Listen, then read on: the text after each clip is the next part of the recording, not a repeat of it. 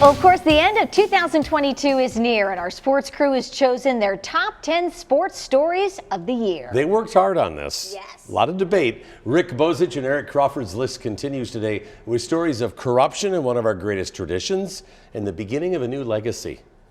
Well, we're continuing our countdown of the top 10 stories of the year covered by WDRB Sports, and coming in at number 8 is the story that was the most read story on our website for sports this year. Might surprise you what it is, but both of these stories have to do with history. This was Medina Spirit. Last year's Derby winner was disqualified this year from the Kentucky Derby, and when that ruling came down from the State Racing Commission, it made big waves. Yeah, highly unusual because it affected the Derby winner, trained by the biggest known trainer in the sport, Bob Baffert.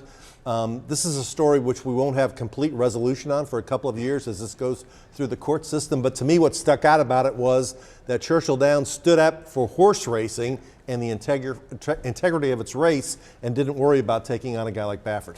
No, it did not, and it showed in this disqualification, and it was a pretty dramatic day. If you'll remember, they put up the new sign for Mandaloun, the new Kentucky Derby winner, immediately within hours of the ruling coming down. So it was a kind of a dramatic thing and certainly historic.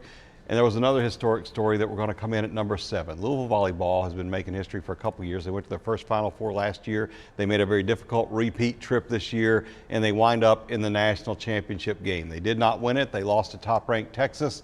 But again, Danny Busboom Kelly has put Louisville on a national map for a sport that the city really is crazy about at the prep and club levels. Yeah, and I think you could see from the crowd they drew at the KFC Yum Center when they played in the regional that you can make an argument they should play more of their matches down there because they do have the following, they do have the interest in the sport, and they do now have the success.